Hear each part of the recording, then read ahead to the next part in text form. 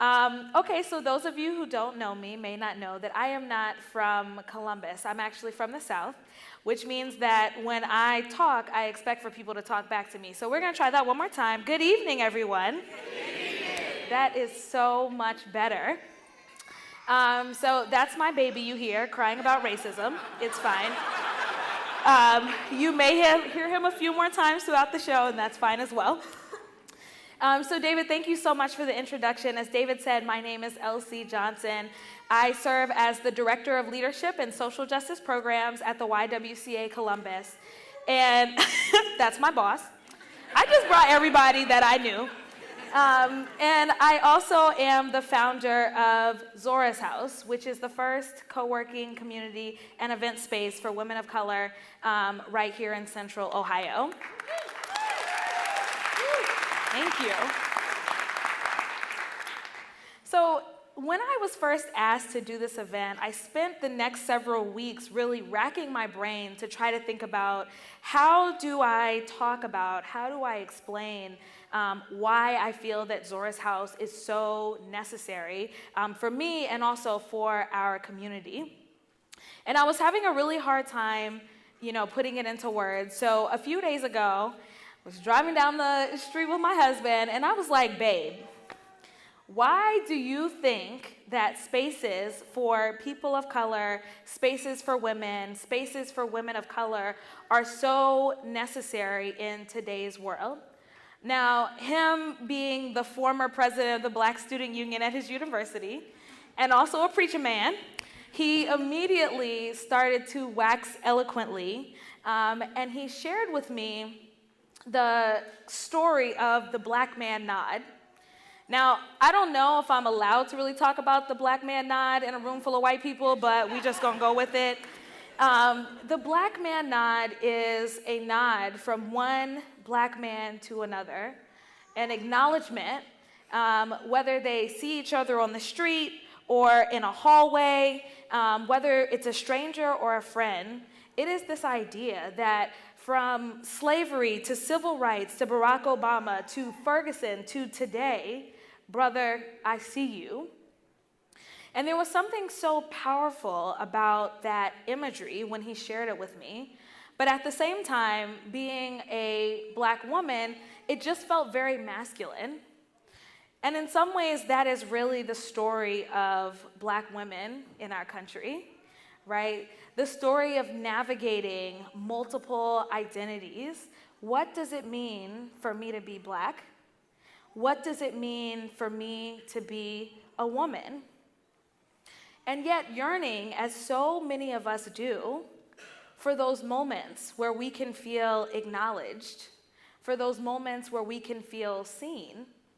Yearning, as so many of us do, for safe spaces where we're able to bring our whole selves to the table. So that was something that I thought a lot about, because as I've gotten older, I've realized that those spaces are actually pretty far and few between. And as I've gotten older, I realized that when you don't have that space, you learn to choose. You learn to choose, who will I be today? Will I be black? Will I be a woman? Will I be Southern? Who can I be? What parts of my identity will be acceptable to this audience? What parts of who I am will be safe in this space? You learn to choose because you have no other choice. So I'll give you a couple examples from my own life. I did not feel like it was a safe space to bring my whole self to the table when, as a freshman at Duke University, I enrolled in 8 classes, and not a single one of them was taught by a professor of color. I did not feel that it was safe to bring my whole self to the table when I looked around in that same year, I realized that the people who worked on campus who did look like me were the people who cleaned the floors and served the food. And so I learned to choose. When I moved to Columbus in 2015, it did not feel like a safe space to be myself when I found out that in Franklin County, roughly 28% of the population is African American, and yet 75%, more than 75% of the folks who are served by our local homeless system are African American. It did not feel like a safe space to bring my full self to the table when I learned that there are neighborhoods in this city where a black child is 10 times more likely to die before their first birthday than a white child. I have a 1-year-old son, so I learned to choose. I learned to choose because I had no other choice. But all the while, I was yearning. I was yearning for that experience of shared experience, that kinship of being in a room full of women who knew intimately, like I do, the click-clack of beads in a little black girl's hair, and the hiss of a hot comb when it's just about to touch the back of your neck, who knew, as I do, the sting of your mama's voice when she asked, I know you are not outside playing in your church clothes. I yearned for spaces, for places for women who understood hand games in the parking lot, for women who understood jumping double dutch. I yearned for that community where I didn't have to explain who I was, I could just be. And because that community did not exist for me when I moved here in Columbus, I decided to create it. And so in February of 2016, I created a meetup group called Zora's Daughters. And that meetup group would eventually pave the way for Zora's House to open several years later. And our first meetup was actually a book club around Shonda Rhimes' recently released book, Year of Yes. And at that book club meeting, I thought to myself, this is how Zora's House starts, with a conversation about the power of Black women who are courageous enough to say yes to themselves. This is how Zora's House starts. In conversations about courage and womanhood and Blackness and personhood, this is how Zora's House starts in a room that feels like magic and smells like cocoa butter. Now see, if this was a room full of Black women, y'all would have really laughed at that joke.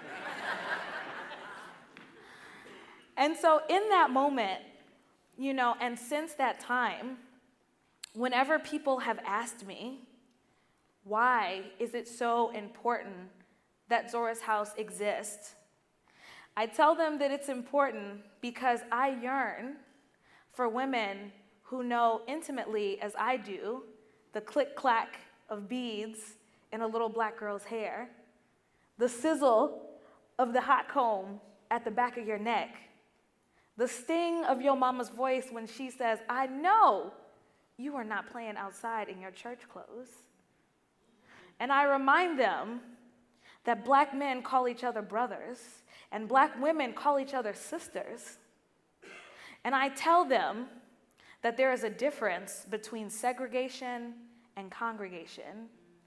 And in the pursuit of joy, of laughter, of growth, of fulfillment, of impact, women of color need a place where they are allowed and encouraged to bring all of who they are. Thank you.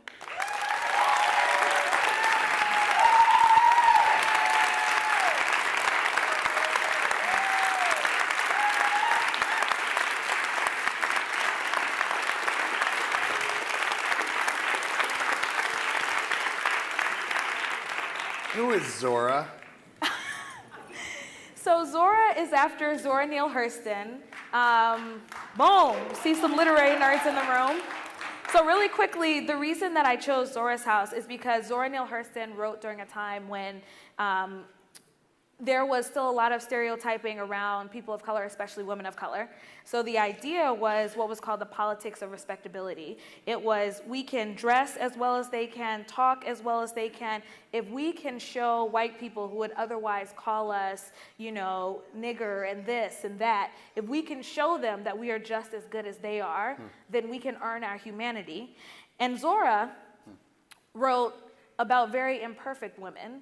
Instead of writing about those very proper women who dressed the way they were supposed to and acted the way they were supposed to, Zora wrote about women who had sex and got divorced and cursed. And so a lot of people really thought that her work shed a negative light around people of color. But what was true is that Zora turned real life, real women, and real experiences into art. And I believe that that is what Zora's house is all about. So I think about those perfectly imperfect women and being able to celebrate them. So that's Zora. Great, thank you. And how can the community help you and your mission? So one of the things that we're trying to do at Zora's house is build a library that features voices of color, women of color, authors and artists and activists. We need about $10,000 to support our library for the entire year. And so if everyone in this room donated $10 to the library tonight, we would be about a third of the way there. If everybody donated $20, we'd be half of the way there. And so if you are interested in supporting, please share Zora's house with people that you know, women of color who might be interested. You can also support financially by going to paypal.me/Zora's house, or what's the one that all the young people use? Venmo? Yeah, that one. Zora's house on Venmo. Right. I asked my little sister. She was like, PayPal, that's so old. Don't disrespect me. Great. Well, thank you very much for telling us your story. Thank you so much for I having appreciate me. it.